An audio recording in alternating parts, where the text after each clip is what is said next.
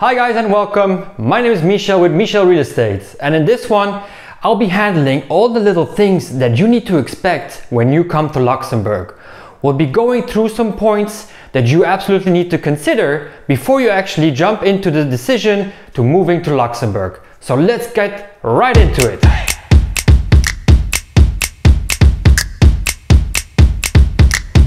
Okay guys, so the first thing I wanted to talk about is actually the 4 stages of culture shock, because you most definitely will go through either all of them or some of them. Now, me myself, I have actually moved out of Luxembourg, lived abroad for 15 years and moved back in. So I know exactly what it means to have a culture shock. Alright, so the very first stage of the culture shock is very simple. It's the honeymoon phase. It's where everything is great. You just love the place that you just rented. Isn't Luxembourg a great city? Aren't the people so nice? And so on and so on. The honeymoon phase is basically something that you experience when you go also on holiday. It's a period where you feel happy. Now usually when you go on holiday, after a week or two you leave and you no longer experience that same type of emotion.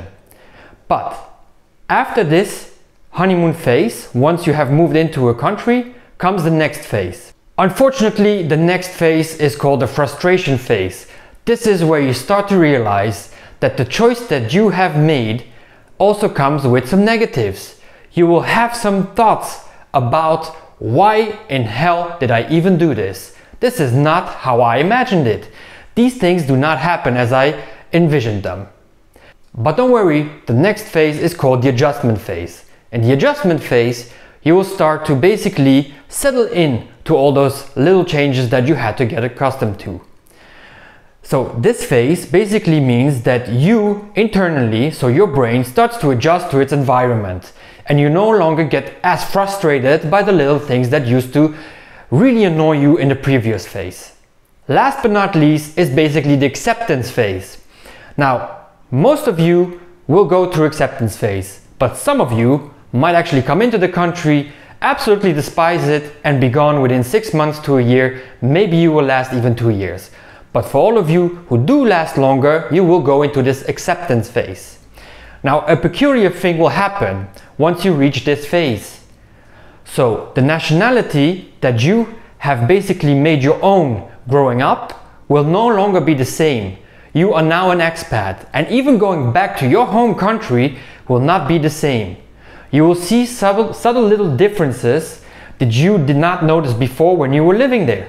So you from now on are no longer one single nationality, you have basically become 2. And if you move out again, well, now you will be 3. So welcome, when you reach this stage, you are a classified expat. Alright, let's leave the culture shock behind. You are willing to take the tumble into Luxembourg. You want to become an expat. So here are the things that I think you should absolutely need to know before you move into this country. And since this is a real estate channel, the first thing I want to mention to you is that most probably you will be looking for a rental. And once you do so, you will realize that furnished and unfurnished probably does not mean the same thing in your country. So, what is unfurnished in Luxembourg? It means there is no furniture whatsoever. But there is a kitchen with an oven, usually also a dishwasher, but what will not be included is a washing machine for doing your laundry. Now I know that for some of you this is very unexpected, so I want you to be already aware of it right now. Also, keep in mind that most furnished apartments go pretty quickly and the offering is very low on the market because landlords sometimes do not want to invest in any kind of furniture that might get broken along the way of the rental agreement with some tenants. So, for you to move into Luxembourg, keep in mind that the rental usually comes completely naked and you need to furnish it with the furniture that you desire. Once you finish the rental agreement, you take all your furniture into the next one. Ah yes, this one is my favorite, the weather. Well, actually it's not my favorite because the weather in Luxembourg really sucks. I'm looking out of the window and it is just pouring. It's pouring. Rain comes down almost 6, 7, 8 months, a year, it is really sometimes quite depressing. So for all of you that come from sunny regions, close to the equator, or just above or underneath, well, you guys might be in for a little surprise when all of a sudden you realize that there's no real summer here. Usually it lasts about 2 weeks. 30 degrees is a hot day here in Luxembourg, so if you're used to 40 degrees Celsius, this is not a country that you might be looking into. If you are willing to set those differences aside, well, Luxembourg might be just for you. But just keep in mind that it rains so much here that actually we prefer to do our shopping in malls because they're covered. We like to have cars to drive us around in because it keeps us dry.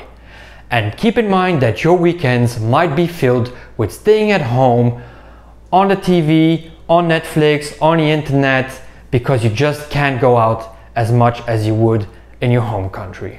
Sad but true. Customer service is notoriously bad, and here's why.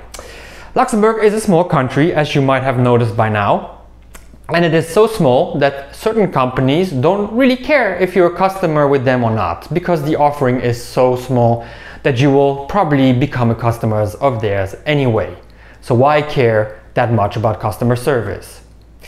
In my opinion, this is absolutely the worst approach to business, but unfortunately, a lot of generations have run their businesses in this country this way, so be prepared for that. Especially when you go to certain restaurants, don't expect for them to roll out the red carpet for you. They are just glad that you came in, are ready to hand over your money for a meal and leave again. And that brings us actually to another point, opening hours. Opening hours in Luxembourg are not similar to most other European countries. For instance, 24-hour services are extremely rare here in Luxembourg. That is due to the high salaries which we pay our workers. And these opening times are also limited during the week. So usually companies are open from Monday to Friday. Some are open on Saturdays, most aren't, unless there are larger businesses, and pretty much every single company is closed on Sunday. Since this was and is still a very Catholic country, it basically means that the Sunday is still reserved for religion, and so businesses are meant to be closed. Although there are some bigger cities such as Luxembourg City and Esch-sur-Alzette which occasionally have Sundays for shopping. So if the weather is good and you're ready to go out on Sundays, well, hopefully you find something that you're looking for. Otherwise, do all your shopping during the week. Keep that in mind. It is probably one of the most worrisome aspects that I've heard expats complain about when coming to Luxembourg. And of course, we get this question a lot, is actually the language. What language do I need to learn? Is it really necessary for me to actually learn Luxembourgish? Well, here are my thoughts about the language. Recently, we have been moving more towards English speaking, so I think that if you are an English speaker, which I assume, well, you are well served by just speaking English. You will pick up some French words left and right, which will serve you very well when you go to restaurants or to shops. Other than that, I wouldn't be too worried about languages. Us Luxembourgish, for instance, we speak many languages. We are taught German, French, Luxembourgish and English from primary to secondary school, so we are very well versed and we can basically accommodate you any time of the day in any kind of language. Where it gets a bit difficult is when you have people who came from abroad, so from Germany, Belgium or from France, and only speak German and French. You will encounter this problem when you move to Luxembourg almost on a daily basis. But rest assured, you will adjust, and at some point even the people around you will notice that you are simply an English speaking person and they will try to just accommodate you anyways. I think that language is an issue in Luxembourg, but it is not a determining factor for you to just put Luxembourg aside.